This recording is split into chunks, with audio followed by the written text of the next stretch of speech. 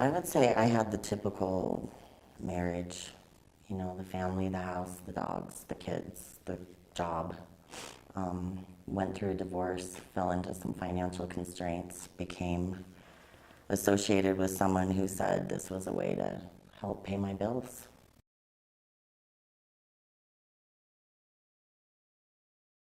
I never ever thought about anything like this, and it was just one of those things where my moral compass was tempted, but then you're thinking about keeping your power on and putting food on your table, and it's presented to you, and it seems like something that is an easy way to get back on your feet.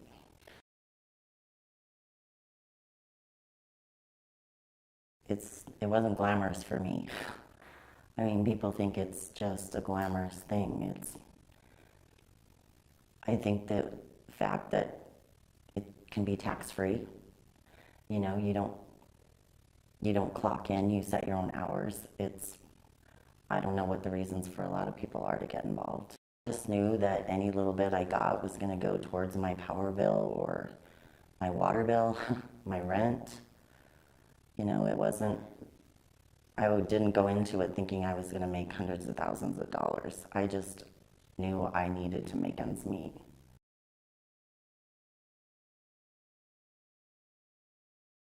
Middle-aged married men, you know, and a lot of elderly men that might be widowed.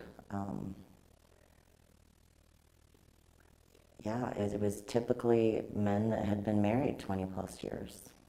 And it made you wonder, what's going on? I think a lot of them are just lonely. I mean,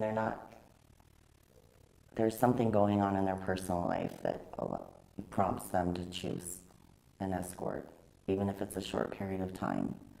You know, and people think that there was always some sort of act involved. Oftentimes it was just companionship, company.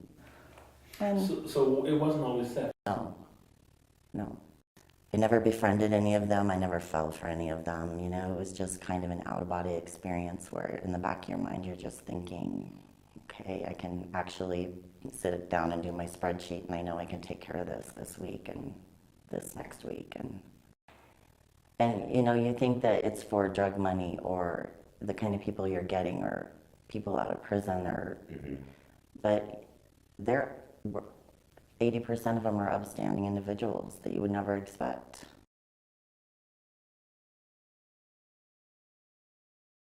Did you actually get to choose the clients? I mean, did you have an option of?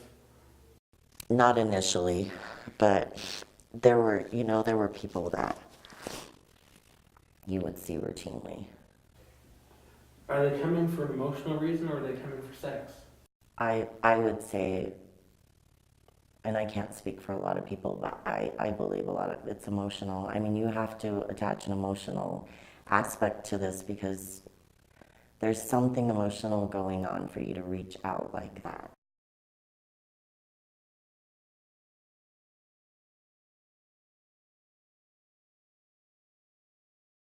I believe that a lot of the roving escorts, when their ads post, their regular clients immediately identify that that's them and they feel safe, and then they're calling.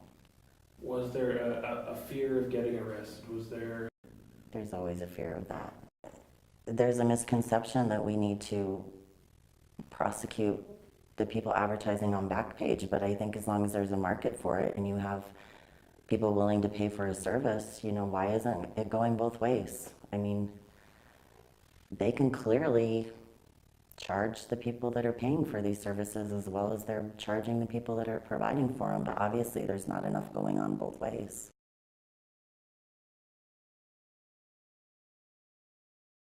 It's easier to nail the one escort that might have 25 clients, you know, to wipe that out than it is to try and go after the one escort and the 25 clients, because if they go after the 25 clients, there's going to be 25 more if they don't get the escort initially.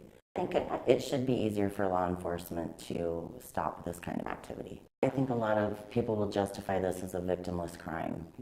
To consenting adults making a choice to spend time together. It's a moral issue, and I think it reflects on a community as far as how people view a community when they know this kind of thing is going on. I mean, there were times on a Sunday at 12 o'clock when someone's supposed to be in priesthood meeting and they're showing up in their suits and their books and they're telling people they're ministering to someone at the hotel. You know, I mean, this is happening during times that family members may assume that they're on their lunch break running errands or in a church meeting or, you know. Is it usually happening at a hotel? Typically hotels.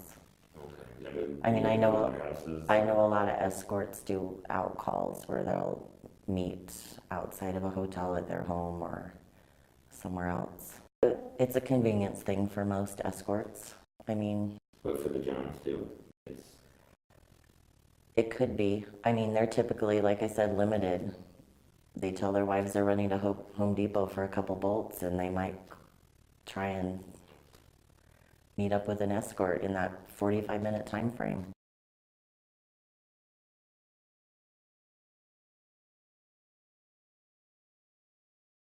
There's just some things that you beat yourself up over as far as decisions you've made. And for some people, there just comes a breaking point where you know something's not right. And that was the point I got to. Tearing your life up, your family, probably your health and safety. You know, if you set yourself up to be vulnerable, because the lure is so great that the money just outweighs the risk, it's not worth it. How, if they've become involved in prostitution and they want to get out and they don't feel they can, either because they're trapped by, you know, a financial or if they're even trapped by someone that's abusive, how do they go about deciding, I want to get out of this, I want to change my life? I wasn't in that situation, so I don't really know. I mean, if you're feeling bound physically or mentally or financially or emotionally by someone who's controlling you in this activity,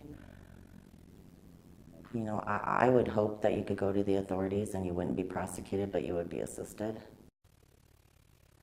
Whether you're considering this, falling into this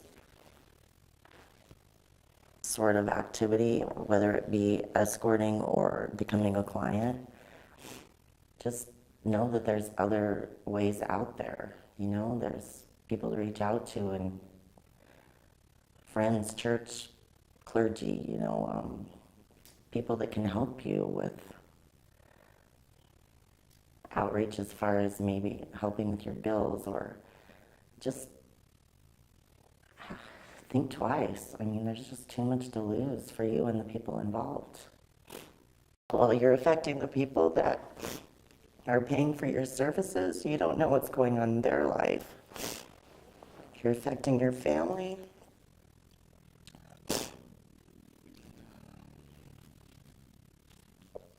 Just how you